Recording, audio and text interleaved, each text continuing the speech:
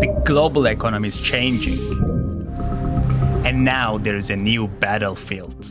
Cut off Russia's largest bank, a bank that holds more than 1/3 of Russia's banking assets by itself. Cut it off from the U.S. financial system. Just 24 hours after President Biden banned all U.S. imports of Russian oil, the Kremlin now accusing America of unleashing an economic war on Russia. Despite Russia's war on Ukraine and all the turmoil that it's causing, China is doubling down on this relationship. U.S. officials have ordered NVIDIA to stop exporting two top computing chips used in artificial intelligence to China. Beijing restricted exports of those minerals, which are essential for everything from cell phones to fighter planes. Missiles and tanks might make the headlines. But what if the next major war isn't fought on a battlefield? In this version of conflict, your currency is your weapon. And the targets? They're not soldiers, they're entire populations. This isn't just about tension between nations. It's a global chessboard, and some countries are already several moves ahead. Stick around, because what's brewing might be the quietest war with the loudest consequences, and most people have no idea it's happening. The country has gold reserves at the highest level in Putin's 18 years of power. When countries get nervous, they buy gold. Lots of it. In 2022, central banks bought over 1,000 tons of gold, the highest level in over 50 years. These aren't just investments. They're hedges against the US dollar. Because unlike fiat currencies, you can't print it. And no one can just cancel your gold reserves with a keystroke. We will limit Russia's ability to do business in dollars, euros, pounds, and yen.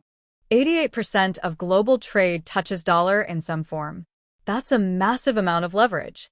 So when the US imposes sanctions like it did on Russia after the Ukraine invasion, it doesn't just block trade. It freezes assets, stops dollar transactions, and cuts nations off from global finance. Countries are starting to fight back. BRICS nations, Brazil, Russia, India, China, and South Africa have announced plans to develop a new currency. Their goal is to reduce reliance on the US dollar and other Western currencies as well. It's like economic NATO. Only the battlefield is your bank account. In the new network empires, there's only one commodity that counts, and that is data. TikTok and Huawei, these aren't just business concerns, they're front lines of an information war. I'm not sure the average person fully appreciates the cybersecurity risks that we're all under. Data flows can be surveilled, blocked, manipulated. Algorithms can sway public opinion faster than any propaganda poster ever could. Controlling the feed means controlling the narrative. That's power. That's why you're seeing countries ban apps, break up tech firms, or build firewalls. It's about information sovereignty. We're looking at TikTok. We may be banning TikTok. In an economic war, data is both the scout and the sniper. Today, our semiconductor supply chain is far too dependent on conditions in countries halfway around the world. Relying on one country for all your microchips or rare earth metals isn't ideal. Governments are reshuffling the board. The US passed the CHIPS Act to bring semiconductor manufacturing back home. Europe's pushing strategic autonomy to reduce reliance on Chinese tech. We're watching a silent arms race.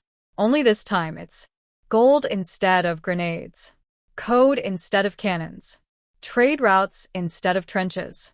And every country is quietly bracing, building reserves, moving factories.